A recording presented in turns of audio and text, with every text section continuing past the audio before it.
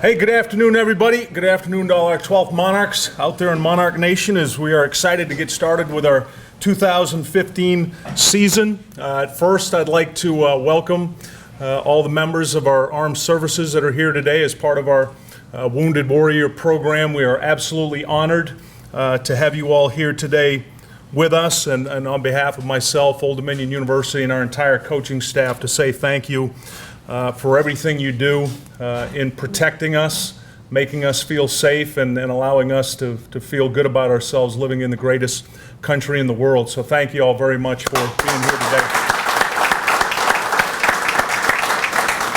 Now, I just found out that we weren't feeding you until I'm done, so I'm going to make this really quick today. I'm not standing between soldiers and good food here. I'd also like to announce that we're excited here at Old Dominion University about our partnership with ADS Incorporated. For a second year, we're going to provide tickets to ODU athletic events to retired and active military members and their families throughout Hampton Roads. This Tickets for Troops program is something we're all very proud of and something we feel like in a very small way we can continue to say thank you to all of our military personnel. With that being said, we'll get started on this year's football team. We reported on August 9th. These past 22 days we've spent preparing our team for the September 5th opener out at Eastern Michigan. We had 105 players that reported to camp on August 9th, and then we added 10 more players the first day of classes. So we have a roster right now of 115 players. Only 10 are seniors. Now, the good news is we have 43 players that have played that have experience. We are clearly the youngest team in Conference USA. We are statistically the fourth youngest team in the country, but we feel as a coaching staff this is the most talented team that we've had thus far here at Old Dominion. Starting with the special teams, I feel like this is an area, as do the coaches, that will be much improved over last year based on what we've seen in practice and more specifically the depth we now have on offense and on defense will help us improve in that area. We welcomed Reed Boos, a long snapper who's a junior college transfer from Glendale Community College out in Arizona. Had an outstanding preseason. We feel like he's as good as the two previous guys we've had, Dustin Phillips and Rick Lovato, who were both outstanding for us. So that was certainly a welcome addition to the team. Defensively, really good experience on this side of the ball. 8 of our 11 starters have experience on defense. They've played a lot of football for us. We have 18 guys total that have played on that side of the ball. We currently have more depth than we've ever had on defense, which is a real good feeling. We feel like at this point there's 13 guys that can play in the defensive line, which is probably twice as many as we've had at that position, that we feel like competitively can get out on the field and play good football for us. We've got 10 linebackers that we feel really good about and 9 guys in the secondary. So there's going to be a lot of competition on defense early in the season. There's 32 guys right now that are going to travel that we feel like can be good players for us on defense. On offense, same thing. A lot of good experience coming back. 10 of our 11 starters have played. They have good experience on that side of the ball, and we have 18 guys on offense that have played for us in the past.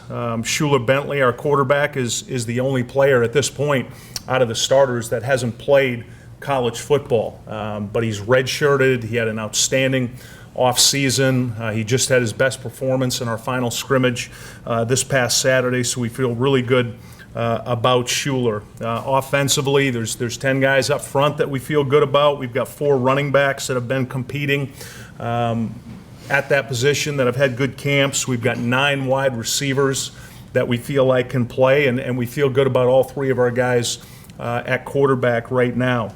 Speaking to this week's opponent, to Eastern Michigan, a lot of respect for their head coach, Chris Creighton. This is the 3rd job that Coach Creighton has had, and he's won everywhere he's been. And generally it's taken him a minute to get it started, and then he gets it going pretty well. He's won 70% of his games as a head coach. And when you go on the road to open the season, it's not something we've done a lot of around here, you're always a little bit concerned because unlike in other sports, you can't have scrimmages against other teams. Your opener is your first competition against somebody else, and when you're doing it with a young team, that makes it a little bit more challenging. They played well at home last year, so we know we've got our work cut out for us going out there. Offensively, they're led by Reggie Bell, their quarterback. Interesting stat about Reggie, he was one of only 7 quarterbacks last year that led his team in both passing and rushing. He had an outstanding rushing game. He went for over 200 yards in their home win over Buffalo last year. So we know defensively we're going to have to focus on Reggie, not only as a passer, but as a runner. He's a very explosive player. They have 5 starters back on offense, a lot of new faces. We can appreciate as a coaching staff what they're doing. They've got a lot of transfers in. They're playing a lot of young players as they're building their program. Defensively, 6 starters back, led by a linebacker, great eBay, who had 133 tackles last year. He was one of the leading tacklers in the nation.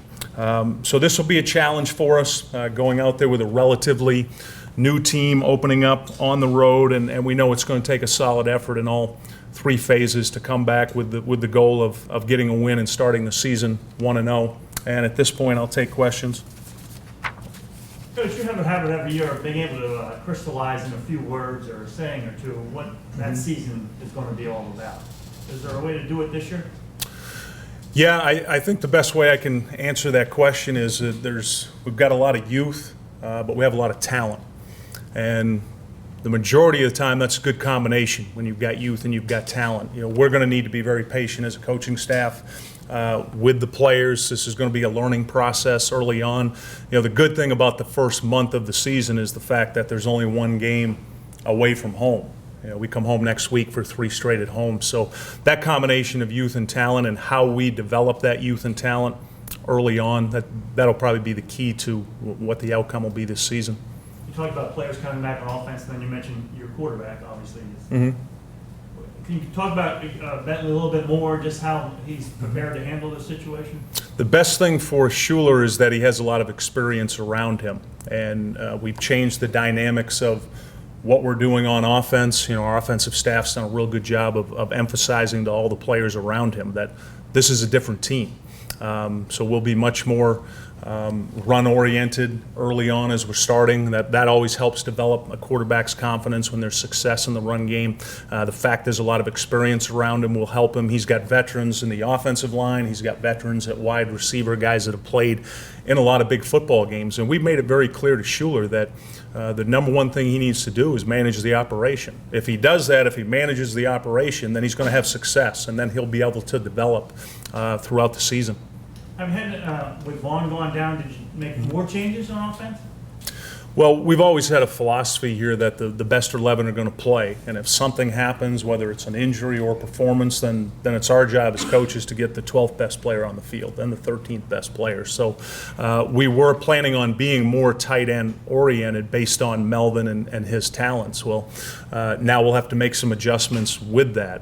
We're not going to be completely 4 wide. We've got some other things in the plan that we'll work to develop, but finding that combination of who we are, particularly early in the season, it's going to be critical for us. Last year you were bowl eligible, kind of. Right. This year it's a little different. I mean, can you address that, how important it is to be, you know?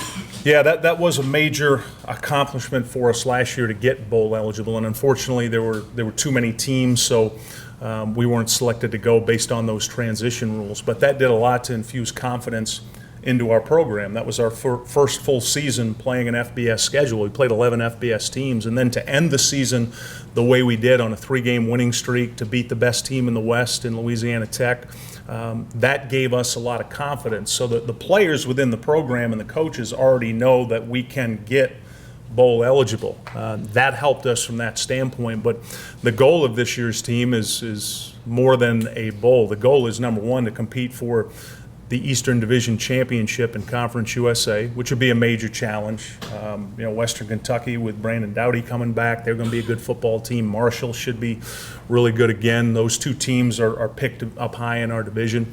But that's the number one goal. We want to compete for that championship. We know if we compete for that championship and we win the East, then we're playing December 5th. We're playing for the conference championship, and we know we'll already be in a good bowl game. So this program already knows we can get bowl eligible, but the goals and expectations will always be higher than that. You're talking about the youth of the team and opening up on the road. While that's not ideal, is there something, do you see it also as a good challenge for them to have to face that kind of adversity? Yeah, it's definitely a good challenge, and sometimes there are advantages in your first game with a young team to get away from home. You know, you travel, you get into a hotel, it's just your team that's together, and there's more of a sense of camaraderie when you're on the road. So I will use that part to our advantage from the time we practice here next Friday morning to when we go to the airport and get on the plane, and how we conduct ourselves in the hotel. It'll be about that rallying cry of it's us. We've got to be together to win this football game. Anything else for Coach? Coach, anything that you learned about the team just through the camp, practices leading up to this first week? Yeah, I learned they're a lot of fun to be around. This group's got a lot of energy. You generally get that out of a youthful group, and then the coaches did a really good job with the guys of explaining to them the importance of competing at practice. We set up all of our drills to make it very competitive, but this is a fun team to be around. They want to go out and practice. They enjoy being over here. You know, there's a lot of times we've got to kick them out of here, you know, remind them that they're here to do some other things as well. But it's a fun team to be around. The only thing we don't know about this team yet, and it's probably true of everybody across the country, is, you know, how are they going to handle themselves when they get punched in the mouth? You know, when we have some adversity, when something doesn't go right, then that'll be critical. But we have proven as a staff and the players we have returning that we have been able to handle those adverse situations. You know, all 4 of our league wins last year were on the last play of the game. You know, it can't be any more adverse than that when you come down to the end of a football game. But I've got a lot of confidence in this group and the coaching staff and how we'll conduct ourselves. I feel really good going into this season about this team. I just think it's going to take us a minute to get to who we are going to be. We're not going to be as good in week 1 as we are going to be later on in the season, so there's going to be a measure of patience for everybody. It's going to be for the players too. You know, they're going to have to be patient and keep going about the business of getting better every day. We refer to it as the process of winning here, how we plan, how we prepare, how we execute. So that'll be a big first step for us. You know, last year you played the Eagles. They only scored 3 points. It was really good defense. Do you think it's going to be like a low score? I know it rained in our game, but do you think it's going to be a kind of a low-scoring game since it's first game of the year for both teams? In my professional opinion, Rick, I have absolutely no idea what's going to happen.